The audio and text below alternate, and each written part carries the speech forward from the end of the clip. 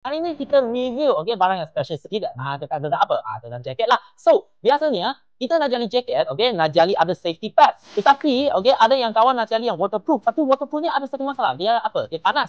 So hari ni kita share kepada anda semua. Yang ni daripada Starfield Night. Kod dia adalah SKJ 822 Summer.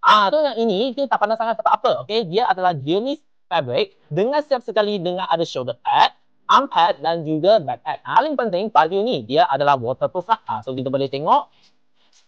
Nampak? So airnya dia tak ada masuk dekat dalam lah. Dekat luar saja. Di sini dia kering. Dia ada 3 poket, 2 dekat luar dan 1 dekat dalam. Siap sekali dengan hoodie, dengan ada tali lah kita boleh cut. Kalau nak cabut, boleh nampak. Hoodie dia boleh dicabut lah. Sekarang kita tunjuk sedikit cinematic untuk korang tengok style baju dia macam mana.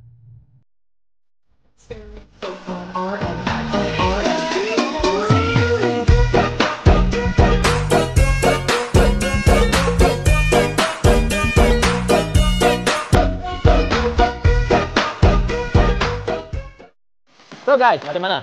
Dari channel kita memang handsome kan? Kalau ada minat, boleh jangan lupa follow kita punya channel juga. Memangnya? Ya. Alright. So bagi baju kita ni, siap sekali dengan waterproof dan juga ada safety tag dan juga ada hoodie sekali. Ada di berapa? Hanya 399. Memang boleh. Alright. Siap sekali dengan dua warna lah. Ada warna hitam dan juga ada warna kelabu. Kalau berminat, boleh start booking dengan kita ataupun tarik walk-in kepada #motogear untuk test wear. Ada apa soalan, boleh cuba komen di bawah. Dan jangan lupa follow kita #motogear. Jumpa lagi dekat next video.